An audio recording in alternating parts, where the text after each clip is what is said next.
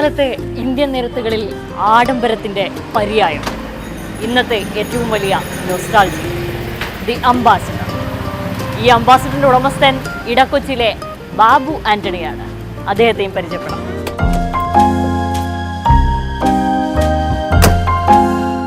ഇതെന്റെ മകനാണ്, നന്നായിട്ട് ഷൂട്ട് ചെയ്തോ, കണ്ടീഷനാണ്.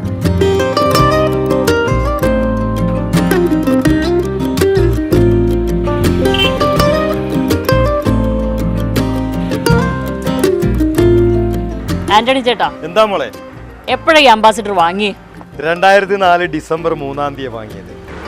എന്നിട്ട് എന്തൊക്കെ മാറ്റങ്ങൾ വരുത്തിയത്?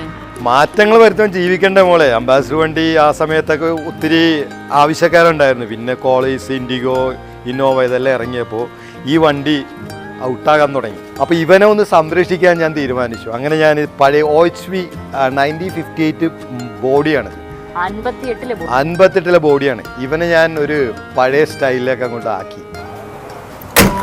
മണിനാഥം ശ്രദ്ധിച്ചോ? ശരിയാ. പുതിയ വണ്ടികൾക്കൊന്നും ഇങ്ങനെയില്ല.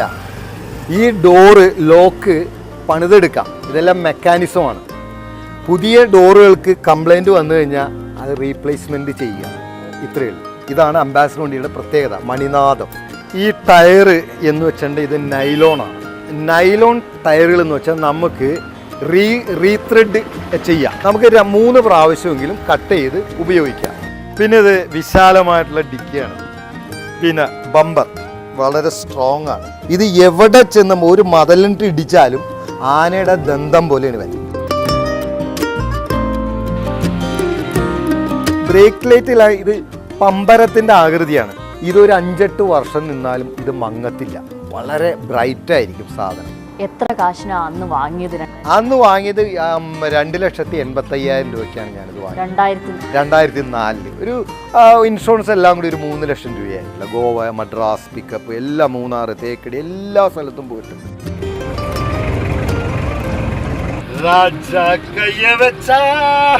அது ராங்கா போனதில்லை, நான் தாஜா பண்ணி வச்சா வண்டி பேஜார் பண்ணதில்லை.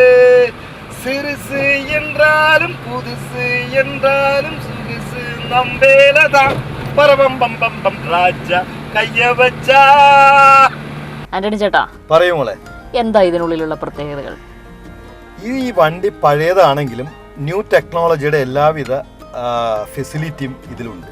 കാര്യം വെച്ചിട്ടുണ്ടെങ്കിൽ എയർ കണ്ടീഷൻ, പവർ സ്റ്റിയറിംഗ് അല്ല, പവർ സ്റ്റിയറിംഗ് എനിക്ക് നല്ല പവർ ഉണ്ട്. അപ്പോൾ അതുകൊണ്ട് ഞാനത് ഈസി ആയിട്ട് ഹാൻഡിൽ ചെയ്യുന്നു. ഇപ്പം നമ്മൾ ലോങ് ഡ്രൈവ് പോയി നമുക്കൊന്ന് റെസ്റ്റ് ചെയ്യണം, നമ്മളിതിങ്ങനെ മടക്കി സുഖമായിട്ടൊരു പാലസിൽ കിടന്നുറങ്ങുന്ന വീൽസോൺ പാലസ്, മനസ്സിലാകുന്നുണ്ട്? വീൽസോൺ പാലസ് അത്ര ലക്ഷറിയാണ് മോളെ, അത്ര ലക്ഷറി. ഇറ്റാലിയൻ ലെതറാണ്.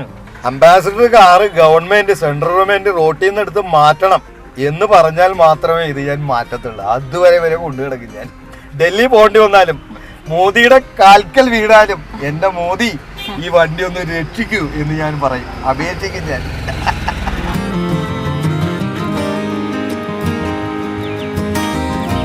കാറുകൾ വരും, ടെക്നോളജിയൊക്കെ മാറും, പക്ഷേ നിരത്തിലെ രാജാവ് അംബാസിഡർ തന്നെ.